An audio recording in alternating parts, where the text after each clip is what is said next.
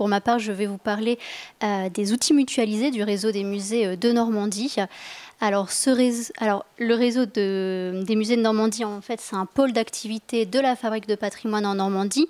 Donc, la Fabrique de patrimoine en Normandie, eh bien, c'est un établissement public de coopération culturelle qui est basé à Caen, qui a été créé au 1er janvier 2015 et qui est issu, en fait, de la fusion de 3 associations régionales qui étaient spécialisées en matière de patrimoine culturel. Alors, je les ai listées ici, le Cresset, l'Arcis et Normandie Patrimoine.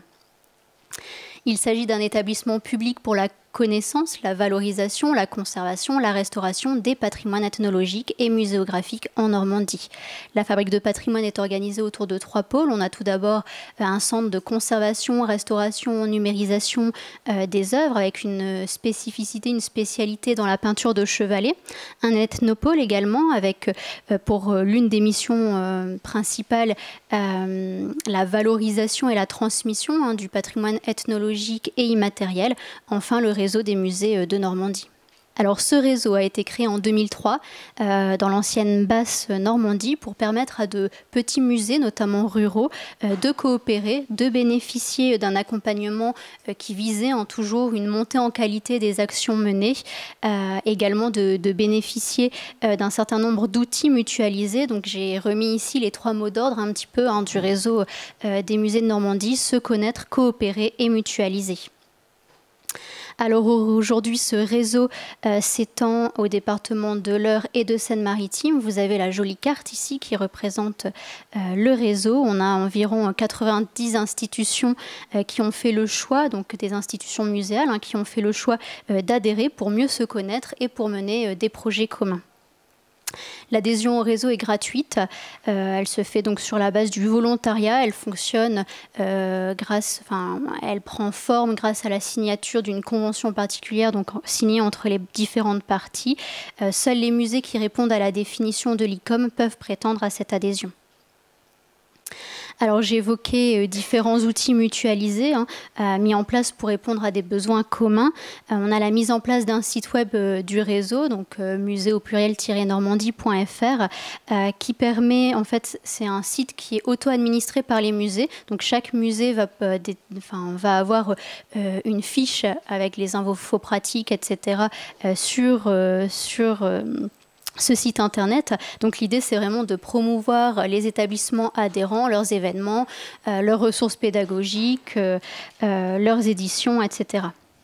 Je vous ai mis ici rapidement la capture d'écran de la page d'accueil de ce site, dont la charte graphique a été revue il y a très peu de temps, qui est très belle.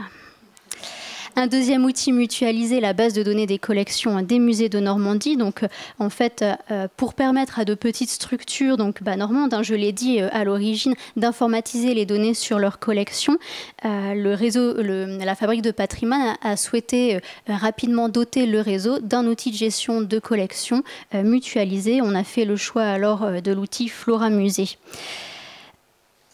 C'est un exemple. Alors ici, je vous ai mis la capture d'écran de la page de connexion. On a là une base de données des collections des musées de Normandie, un petit peu long l'intitulé, mais qui est aujourd'hui un exemple unique, je pense, de mutualisation, mais aussi de coopération au niveau régional pour tout ce qui relève de la gestion informatisée des collections muséographiques. On a une 50aine de structures qui sont présentes dans cette base de données. On a donc un partage des connaissances scientifiques qui est véritablement un atout qui facilite les actions transversales, les échanges entre les établissements, notamment pour des prêts à l'occasion d'expositions. Je vais revenir sur cette base de données, mais avant, je vais citer le 3e outil mutualisé et pas des moindres, Muséobase, c'est-à-dire l'OPAC Web de notre interface professionnelle qui, lui, a été mis en place en 2012. Donc l'objectif, c'est de permettre de mettre en ligne, de valoriser, de diffuser les collections pour les structures du réseau qui le souhaiteraient. Alors, la base de données des collections, donc en 2007, le choix de l'outil Flora Musée, alors tout simplement parce qu'à l'époque, c'était la société Everteam qui proposait cet outil, ça a été racheté par la société Decalogue l'année dernière, et à l'époque, donc il y a déjà 10 ans, eh bien, il s'agissait du seul outil proposé pour les collections muséographiques qui était full web, mais également qui permettait la gestion multisite deux éléments véritablement essentiels pour pouvoir travailler en réseau, pour pouvoir faire réseau. Donc la page de connexion qui est mise aux couleurs du réseau, hein, à la charte graphique du réseau. Juste pour vous montrer rapidement, si je me connecte, une fois qu'on va se connecter, en fait, tout va être personnalisé, c'est-à-dire on va avoir le nom de l'institution en haut à gauche, en haut à droite, pardon, en bas à gauche, on va avoir le logo de l'institution, tout ça pour favoriser une appropriation par les professionnels du réseau de cet outil. Sur cet outil, eh bien, les musées peuvent bien évidemment informatiser les données sur leur collection pour les centraliser, pour répondre à des besoins communs de gestion et de suivi des œuvres, pour répondre également aux obligations réglementaires, hein, la tenue de l'inventaire, le récollement décennal. Il s'agit donc de capitaliser et de partager la connaissance au sein de ce réseau. Et au-delà des collections d'objets, les musées peuvent informatiser, peuvent gérer également un fonds documentaire, peuvent gérer également une photothèque. Donc ici, vous avez sur la gauche un menu avec différentes rubriques et sous base documentaire, on voit qu'on va pouvoir créer des notices biens, des notices entrées pour tout ce qui va être origine, provenance, gérer une photothèque, des références bibliographiques, une vidéothèque, etc. Alors, cette base de données aujourd'hui comporte un peu plus de 86 000 notices. Les musées qui font le choix d'adhérer au réseau ne sont pas obligés d'utiliser cet outil collectif. Ils peuvent faire le choix de changer d'outil ou bien de conserver leur application. L'adhésion au réseau est gratuite, je l'ai dit. Par contre, l'utilisation de cet outil commun entraîne une facturation annuelle. Les atouts de la mutualisation sont nombreux, selon moi. On va collaborer à un outil qui est existant, collectif, qui est co-construit depuis déjà une dizaine d'années, je l'ai dit. On bénéficie donc d'un outil qui est fonctionnel et dynamique dans le sens où celui-ci ne cesse d'évoluer pour s'adapter aux besoins des professionnels, pour s'adapter à la réalité des métiers. Alors des évolutions qui sont rendues possibles par les retours qui sont faits régulièrement, les remontées des utilisateurs, et puis aussi par la présence d'un administrateur de base dont le rôle va être de gérer et d'assurer la cohérence de l'outil, mais aussi d'accompagner les utilisateurs dans leurs différentes démarches, de mettre en place des outils d'aide, notamment une charte de saisie et d'utilisation. On a quand même une diversité très importante des structures qui sont associées à ce projet et ça assure véritablement un enrichissement de la base. Ça fournit également des thésaurus et des index enrichis régulièrement car collectifs. Alors, il y a quelques contreparties peut-être de la mutualisation, je suis obligée de les citer. Des contreparties pour les musées peut-être, c'est qu'il n'est pas... tout d'abord, c'est qu'il n'est pas forcément évident de s'intégrer à un système existant. Les musées vont être contraints en quelque sorte de s'adapter à l'outil commun, se conformer tout d'abord à des règles qui sont édictées pour tous, faire avec des grilles de saisie, des listes présentes. Alors le réseau est à l'écoute, évidemment, encore une fois. L'outil peut évoluer, il évolue de toute manière constamment. Évidemment, certaines fois, ça peut prendre un petit peu du temps. Par contre, seules les demandes qui concernent, qui émaneraient de plusieurs institutions peuvent réellement être prises en compte. Il s'agit ici de penser évidemment collectivement au niveau du réseau et non pas individuellement. Donc, voilà, des besoins qui vont être très spécifiques, qui répondraient aux impératifs d'un seul musée, ne pourront sans doute pas être mis en place sur un tel outil partagé. Intégrer une base de données mutualisée comme celle-ci, c'est également ne pas accepter de ne pas en maîtriser tous les aspects. Je pense notamment aux aspects liés au paramétrage, à l'administration de l'outil. Je pense qu'il faut alors un juste équilibre entre accepter l'existant, appliquer un certain nombre de règles que j'ai citées, et puis continuer quand même à être acteur de son outil en participant à son évolution. Alors pour cela, les utilisateurs sont invités à faire des retours, mais le réseau met également en place régulièrement des journées professionnelles sur ces thématiques de base de données, de coopération en ligne pour encourager les professionnels du réseau à être acteurs. Un musée qui va souhaiter contribuer à cette base de données va se voir attribuer un préfixe qui va fonctionner comme une clé de sécurité. Et c'est là c'est sur cette clé que repose la gestion multisite de l'application. Grâce à cette clé de sécurité, grâce à ce préfixe, eh bien, les musées vont pouvoir consulter l'ensemble des notices des musées qui participent à cette base de données. Évidemment, il ne pourra modifier que les notices de sa propre institution. Grâce à cette base de données, je l'ai dit, on est là dans la mutualisation, donc ça favorise le partage d'informations, les échanges. On a des problématiques communes au sein du réseau, bien évidemment. Certains établissements vont prendre exemple sur des notices d'autres établissements du réseau, notamment sur des thématiques très spécifiques, donc pour prendre modèle, pour s'assurer de bonnes pratiques et pour favoriser des saisies harmonisées. Et puis, d'autre part, il s'agit aussi d'avoir une meilleure connaissance des musées de la région pour mettre aussi en place ces projets transversaux. Pourquoi aller chercher ailleurs si on a des richesses suffisantes à l'intérieur de notre territoire ? Et puis les musées sont invités, sont encouragés à saisir des données dans la base de données, pas uniquement pour eux, mais bien pour ce projet collectif qu'est la base de données régionale. Donc ça passe notamment par le fait d'apporter un certain nombre de précisions quand on va créer de nouvelles notices biographiques pour bien identifier les homonymes. On va apporter des précisions sur les termes complexes, les termes très spécifiques, notamment via un champ note d'application. Voilà, tout faire pour assurer la cohérence et la facilité d'utilisation, la lisibilité de l'outil. On est donc ici, vous l'avez compris, dans un véritable projet co-construit, dans la collaboration. On est parti de besoins très spécifiques pour proposer des solutions dans une démarche ascendante, le fameux bottom-up, l'intitulé de la double intervention de cette fin de matinée. Donc on est parti du musée vers la structure porteuse. Bien évidemment, ensuite, c'est créé un va-et-vient, un ensemble d'allers-retours qui a favorisé les évolutions. C'est encore le cas aujourd'hui.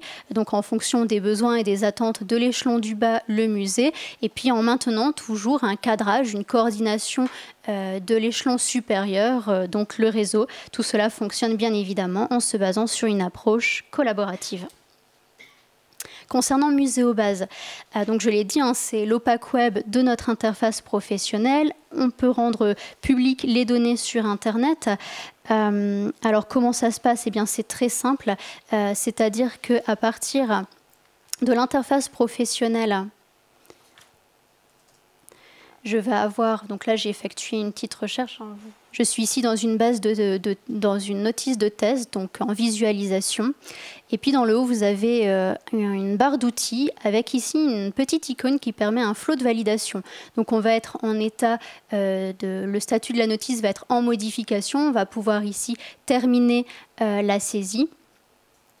Et puis ici, valider la saisie. Une fois que la saisie est vraiment validée, on peut soit intégrer la notice au registre d'inventaire, soit la publier directement sur Muséobase. Donc on a vraiment ce flot de validation qui est simple, qui permet de publier très rapidement en ligne. Et aujourd'hui, sur Muséobase, on a un peu plus de 50 000 objets des collections qui sont...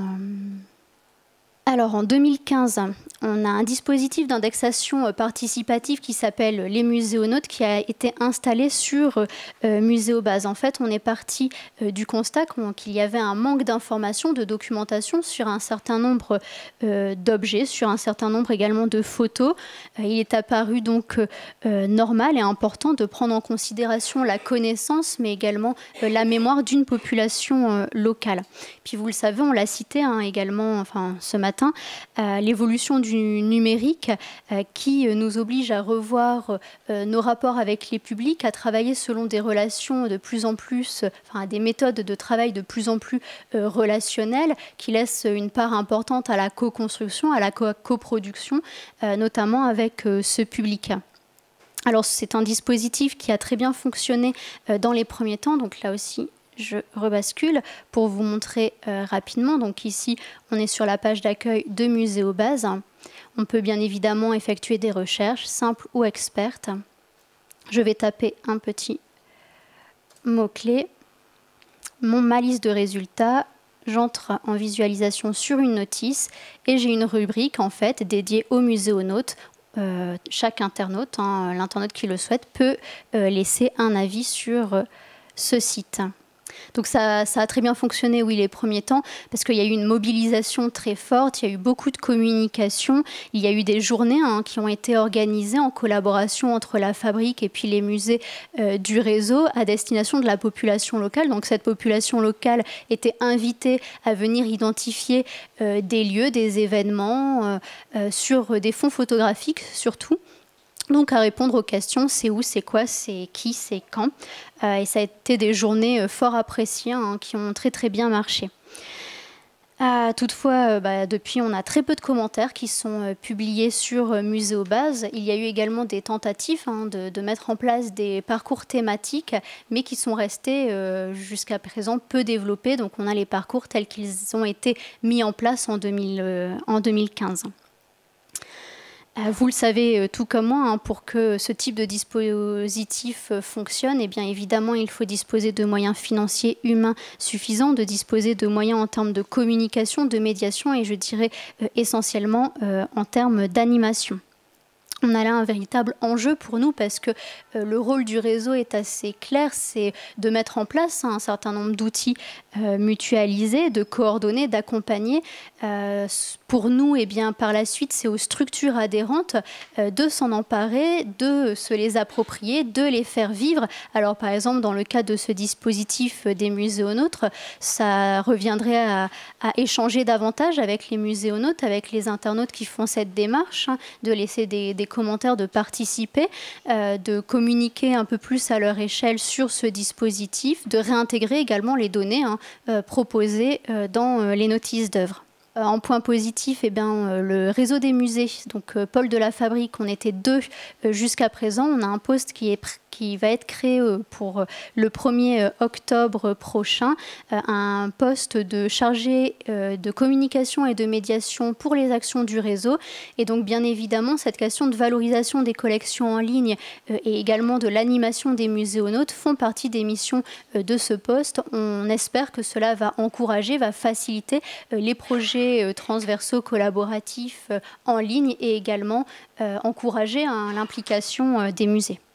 Alors aujourd'hui, le site Muséobase n'est plus satisfaisant, il a un petit peu vieilli, tant en termes d'ergonomie que de fonctionnalité. On a donc une réflexion qui est en cours pour refondre ce site, pour essayer d'en faire un véritable portail des collections muséographiques régionales. C'est une réflexion bien sûr à laquelle, dans cette collaboration, dans cette co-construction au sein du réseau, donc à laquelle bien évidemment les professionnels du réseau sont invités à participer.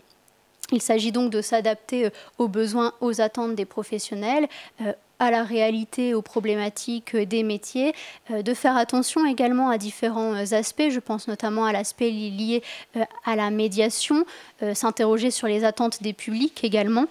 Et justement, cette question des publics est centrale parce qu'on n'arrive pas encore à déterminer précisément quel est ce public sur Muséobase, quels sont les visiteurs. Alors j'ai regardé un petit peu les statistiques qui restent faibles. Pour le mois de mai, on a 350 visiteurs pour le mois avec une durée moyenne des sessions de 3 minutes. Donc il ne faudrait pas faire l'erreur de faire un nouveau beau portail sans cible précise, mais à la fois il nous paraît important, essentiel d'avoir un portail qui permettent aux chercheurs de trouver très rapidement ce qu'ils souhaitent, donc de répondre à des besoins très spécifiques, assez pointus, tout en permettant quand même une navigation par suggestion pour le grand public qui ne connaîtrait pas grand-chose aux collections ou aux musées. Et puis enfin, Muséobase, je l'ai dit, est né en Basse-Normandie.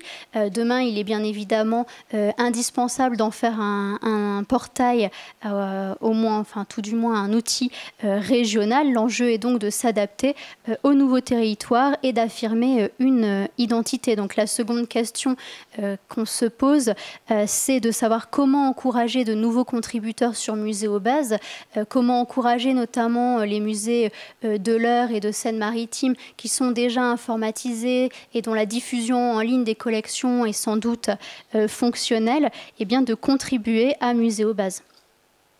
Alors, sur l'aspect technique, hein, l'idée vers laquelle on tend aujourd'hui, même si je pense ça va être un petit peu difficile techniquement parlant, mais bon, c'est l'idéal, c'est de mettre en place un nouveau portail Muséobase qui permettrait de présenter de manière homogène, donc grâce à des facettes en commun, hein, des données hétérogènes issues de différentes bases de données. Donc, bien évidemment, d'un côté, la base de données régionale sur Flora Musée, et puis de l'autre, les bases de données locales des musées du réseau. Ça fonctionnerait dans l'idéal avec des exports au format Joconde, tout simplement parce que les outils de gestion de collection à l'heure actuelle sont paramétrés pour ce type d'export. On n'aurait donc pas de coûts supplémentaires pour les musées. On n'aurait pas forcément de travail supplémentaire non plus, sauf pour s'adapter peut-être un petit peu à l'outil de destination. Voilà. Et qu'est-ce que je voulais rajouter? Oui, ça nous permettrait du coup de s'inscrire véritablement dans une dynamique, c'est-à-dire que les musées, dans l'idéal, qui planifient leur versement sur Joconde, eh bien, pourraient transmettre leurs fichiers d'export à la Fabrique de patrimoine, au pôle du réseau, pour être également sur Muséobase. Donc on a peut-être une facilité de versement ici envisagée. Encore une fois, si techniquement ce serait possible, on a des atouts de nombreux atouts, je pense, j'espère en tout cas les avoir cités à cette mutualisation, mais est-ce que cela va suffire pour encourager justement de nouveaux contributeurs? Et puis le cas échéant, il restera quand même quelques problématiques, quelques questionnements, un traitement différent en fait des données entre les notices qui seraient issues de la base de données régionale et les données issues des bases locales. Donc on a cette question de l'harmonisation des notices qui se pose, et puis la question de la visibilité qui est très importante. Certains réseaux du musée ne sont pas labellisés, ne sont pas musées de France et ne peuvent pas être présents sur Joconde. Donc on a cette question des petites structures dont les collections méritent elles aussi de gagner en tout cas en visibilité. On va arriver justement avec l'extension du réseau, je vous ai montré la carte tout à l'heure, à des cas de figure qui vont se multiplier entre les musées labellisés, non labellisés, présents sur Joconde, sur le moteur collection, non présents mais qui le souhaitent, etc. Et à notre échelle, vous avez vu, on n'est pas très nombreux pour le pôle réseau des musées. Faire un suivi des différents cas de figure va être très compliqué à faire à l'échelle de ce nouveau réseau normand. L'heure tourne, donc je me dépêche. Le texte de présentation... Ah ben la slide est là, mal placée. Le texte de présentation de la journée évoque la multiplication des mises en ligne pour les collections muséales. Donc je peux reciter le catalogue collectif des musées de France Joconde, le moteur collection Europeana, qui sont bien sûr des portails de référence bien connus et vers lesquels se tournent tout naturellement les chercheurs et peut-être le public. Donc on se pose la question, comment se positionner, quelle visibilité pour ce site en devenir, quelle valeur ajouter. Je pense qu'on essaie tous de tendre vers l'exhaustivité. On a de nombreuses questions qui, je pense, sont souvent posées, mais pour lesquelles les questions ne sont pas toujours arrêtées. En tout cas, il me semble, c'est-à-dire que le fait de disséminer ces données présente des avantages sans doute. Pour qui? Pour le musée, pour les chercheurs, pour le public, pour tout le monde. Donc je laisse la question un petit peu ouverte. Le réseau des musées de Normandie, donc je l'ai dit, comprend un certain nombre de musées de France, mais également de petites structures non labellisées, aux collections très riches et qui témoignent tout autant de l'histoire de la région et de pratiques spécifiques, de pratiques anciennes. Donc ils ne peuvent pas figurer sur Joconde, ils ne peuvent pas être moissonnés par ce biais-là de manière plus large sur le moteur collection. Et donc c'est là tout l'intérêt et toute la valeur ajoutée d'un site comme Muséobase. Ce sont des petites structures qui gèrent au mieux leur collection, on les accompagne du mieux que nous pouvons également, mais sans Muséobase, ces collections ne seraient jamais mises en ligne, donc elles resteraient sans doute inconnues. Et puis un point essentiel quand même pour notre réseau, c'est que le travail de nombreux bénévoles ne serait pas valorisé. Au-delà d'un nouveau site qui, je l'espère, offrira un certain nombre de services qui sont aujourd'hui courants, par exemple le partage des données, des notices sur les réseaux sociaux, des sélections de notices avec galeries personnalisées, nous serons au cœur d'un projet régional, d'un projet de mutualisation, de transversalité, mais également de médiation. Et puis les musées du territoire sont disséminés sur toute la Normandie. Vous avez vu la carte tout à l'heure, on voit bien qu'il crée un maillage fort qui va structurer culturellement ce territoire. Il me semble que les chercheurs qui visitent Muséobase vont effectuer des recherches au plus proche du territoire qui vont les intéresser alors. Ils vont accéder aux connaissances, mais ils peuvent également prétendre à une meilleure compréhension de ce qui fait le territoire, de ce qui fait son identité. Je pense que c'est là un avantage en fait par rapport aux sites de référence qui vont rechercher l'exhaustivité avec un dénominateur commun qui, je pense, parfois échappe ou ne présente pas en tout cas d'intérêt direct pour le chercheur. Un territoire avec une identité culturelle forte, vous le savez, dans les collections muséographiques, on a des thématiques régionales qui ressortent beaucoup, par exemple la dentelle, le cheval, la métallurgie, l'ivoirerie.